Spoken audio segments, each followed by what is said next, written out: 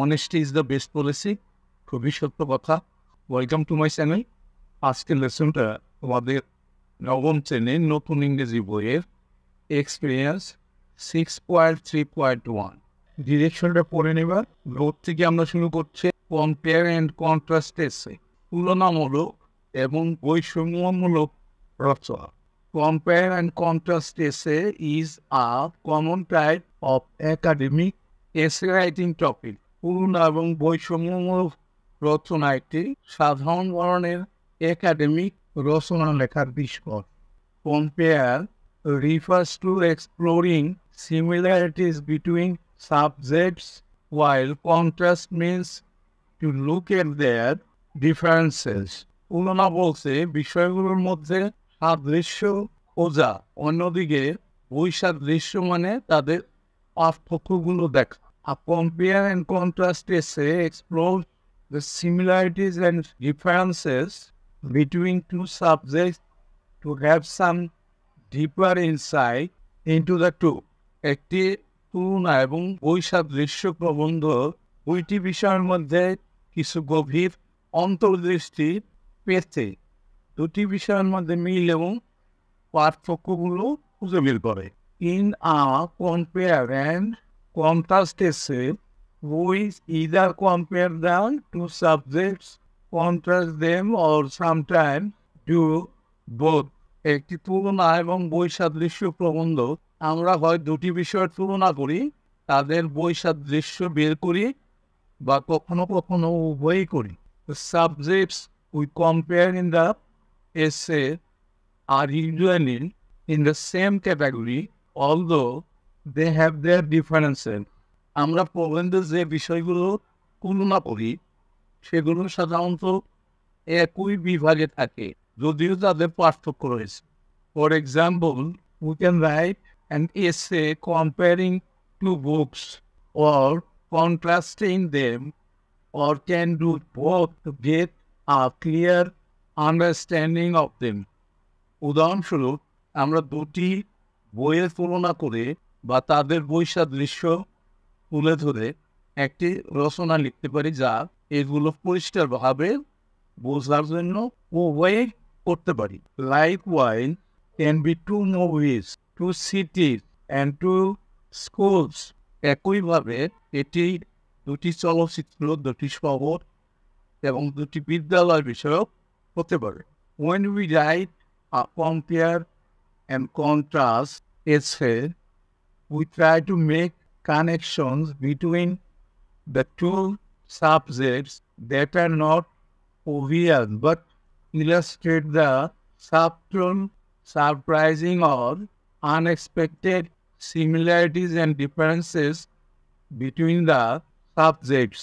যখন আমরা একটি তুলনা এবং বৈসাদৃশ্য রচনা লিখি, তখন আমরা দুটি বিষয়ের মধ্যে সংযোগ তৈরি করার চেষ্টা করি, বা স্পষ্ট নয় কিন্তু বিষয়গুলোর মধ্যে সূক্ষ্ম, আশ্চর্যজনক বা অপ্রত্যাশিত মিল এবং পার্থক্যগুলোকে চিত্রিত করি। So, to write a compare and contrast essay, you need to use your observation and analytical skills to pay close attention to the issue, analyze the information, and make meaningful arguments about the issues to compare them. সুতরাং একটি তুলনা এবং বৈসাদৃশ্য রচনা লিখতে তোমাকে তোমার পর্যবেক্ষণ এবং বিশ্লেষণমূলক দক্ষতা ব্যবহারপূর্বক বিষয়গুলোর প্রতি গভীর মনোযোগ দিতে হবে, তথ্য বিশ্লেষণ করতে হবে এবং তাদের তুলনা করার জন্য সমস্যাগুলোর সম্পর্কে অর্থপূর্ণ যুক্তি তৈরি করতে হবে।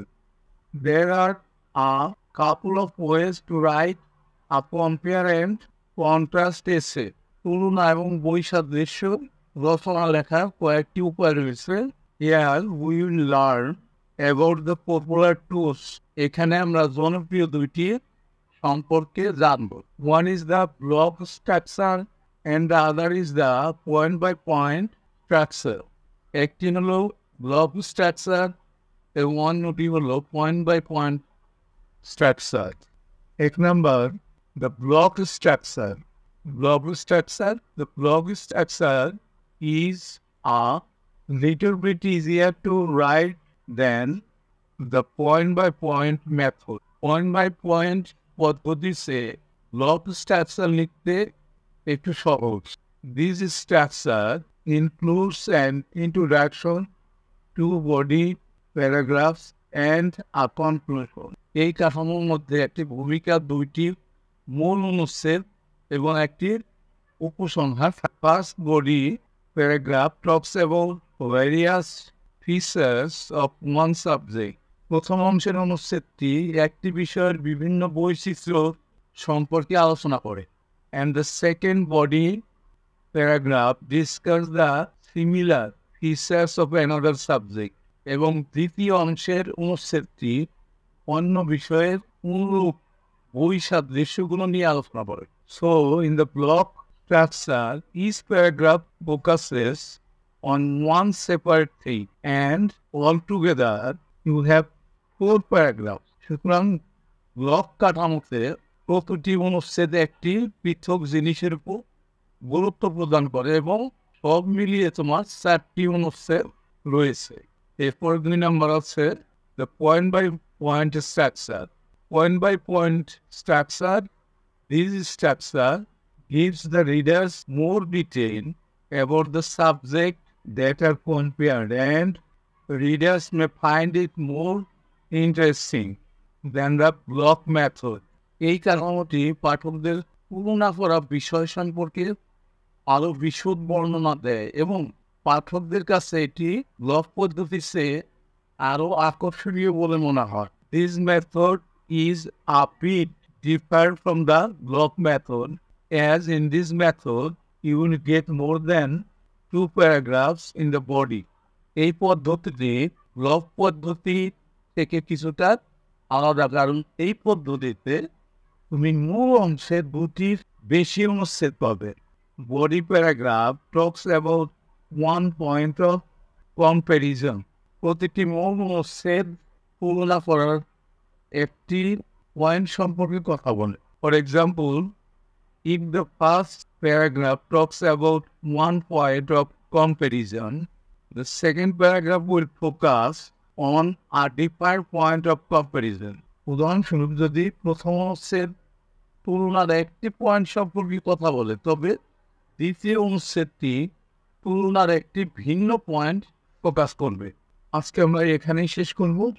অবশ্যই তোমরা পরবর্তী অংশটা দেখবা। See you next.